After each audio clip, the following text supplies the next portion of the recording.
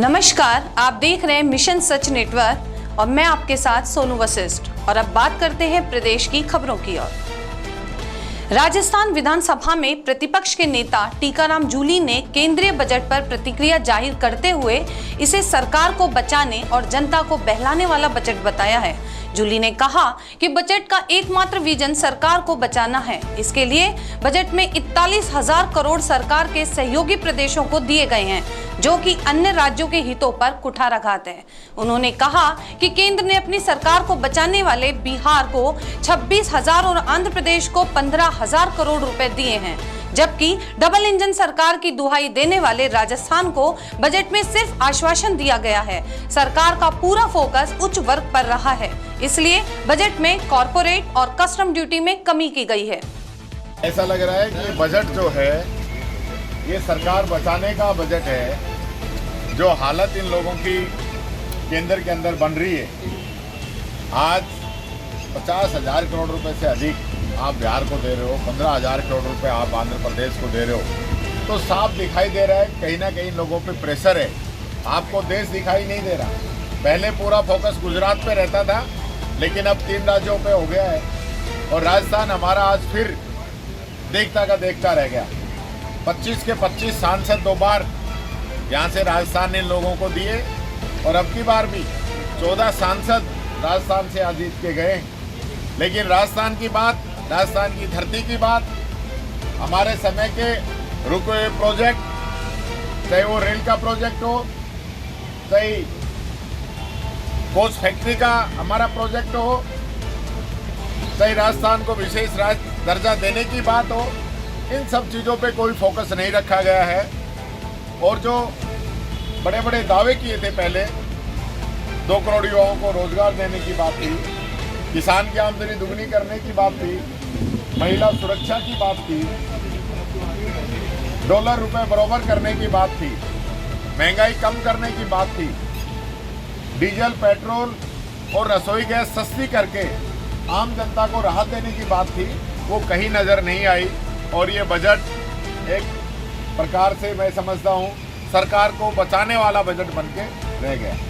राजस्थान में खरीफ बुआई का कुल लक्ष्य 1,64,75,000 हेक्टेयर है।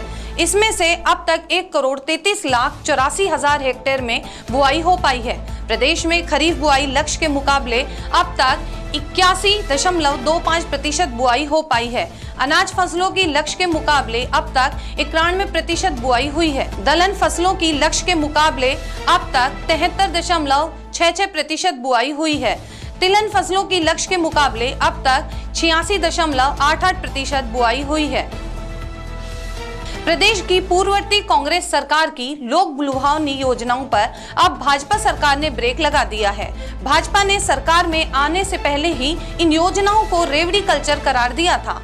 मुफ्त बिजली योजना में अब नए नाम नहीं जुड़ेंगे, जिसका रजिस्ट्रेशन बंद किया गया है। पूर्ववर्ती कांग्रेस सरकार का फ्री स्मार्टफोन प्रोजेक्ट भी स्थगित कर दिया गया है। विधानसभा में सरकार ने बताया कि फ्री मोबाइल बांटने पर सरकारी खजाने से 1,745 करोड़ खर्च किए गए हैं। 24,56,001 महिलाओं को डीबीटी के माध्यम से फ्री स्मार्टफोन दिए गए हैं। वहीं 100 यूनिट फ्री बिजली के लिए 98.23 लाख लोगों ने रजिस्ट्रेशन करवाया था। अब रुक करते हैं देश की खबरों की ओर। वित्त मंत्री निर्मला सीतारमण ने मोदी सरकार के तीसरे कार्यकाल का पहला बजट पेश किया। वित्त मंत्री निर्मला सीतारमण ने बजट में मोबाइल फोन को लेकर बड़ी राहत दी है। उन्होंने भारत में मैन्युफैक्चरिंग को बढ़ावा देने के लिए कस्टम ड्यूटी में कटौती का ऐलान किया।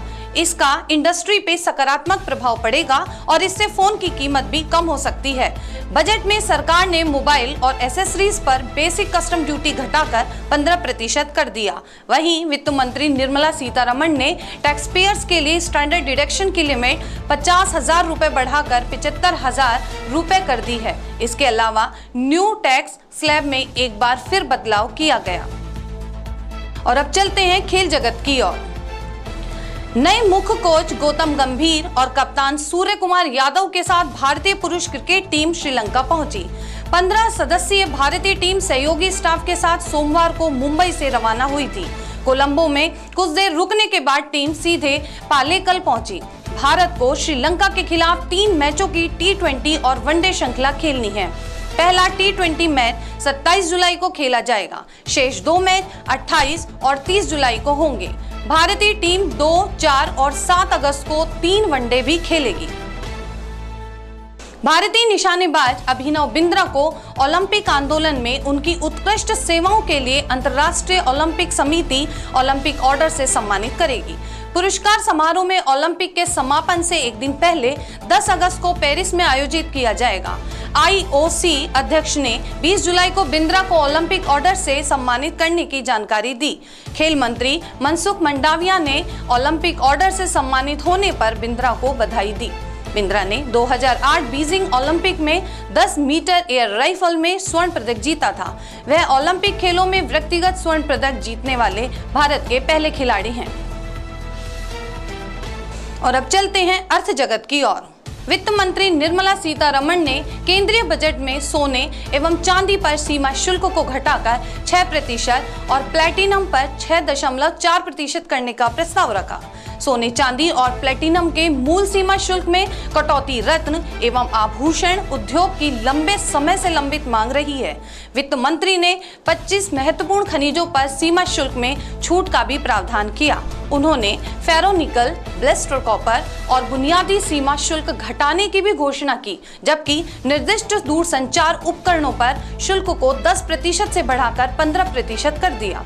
सीतारमण ने मोबाइल फोन एवं मोबाइल चार्जर पर बुनियादी सीमा शुल्क को घटाकर 15% करने का भी प्रस्ताव रखा। मंत्री ने सौर सेल और पैनलों के विनिर्माण में प्रयुक्त छूट प्राप्त पूंजीगत वस्तुओं की सूची का विस्तार करने का भी प्रस्ताव रखा।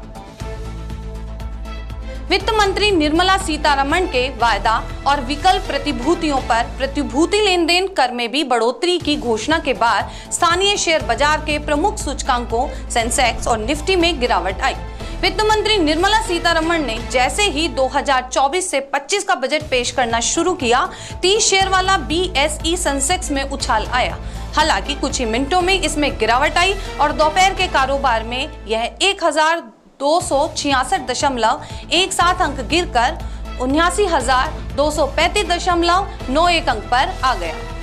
NSE निफ्टी 435.05 अंक गिरकर 24,074.20 अंक पर आ गया। सेंसेक्स शुरुआती कारोबार में 264.33 अंक चढ़कर 80,766.41 अंक पर पहुंच गया। निफ्टी 73.3 अंक चढ़कर 24,582.55 अंक पर रहा। खबरों के अंत में बात करते हैं विदेश की खबरों पर। कनाडा के एडमॉन्टन शहर में BAPS स्वामी नारायण मंदिर की दीवार पर कथित तौर पर भारत विरोधी बातें लिखकर विरूपित करने का मामला सामने आया। वैंकूवर में भारत के महावाणिज्य दूतावास ने X पर स्वामी नारायण मंदिर पर भारत विरोधी नारे लिखकर विरूपित करना निंदनीय है। इस मामले में कनाडाई अधिकारियों से घटना की जांच करने और अपराधियों के खिलाफ तुरंत कार्रवाई करने का अनुरोध किया है। मंदिर संचालक संस्था बोचासन वासी अक्षर पुरुषोत्तम स्वामी नारायण ने इस मामले में अभी कोई प्रतिक्रिया नहीं दी है। एडमॉन्टन सेंटर के सांसद रैंडी बोइसोनॉल्ट ने कहा कि यह घटना निंदनीय है और हमारे शहर के मूल्यों के विरुद्ध है। अमेरिका की उपराष्ट्रपति कमला हैरिस ने राष्ट्रपति पद के लिए अपने चुनाव प्रचार अभियान की शुरुआत रिपब्लिकन उम्मीदवार डोनाल्ड ट्रंप पर तीखे हमले के साथ की। उन्होंने आरोप लगाया कि पूर्व राष्ट्रपति देश को पीछे ले जाना चाहते हैं।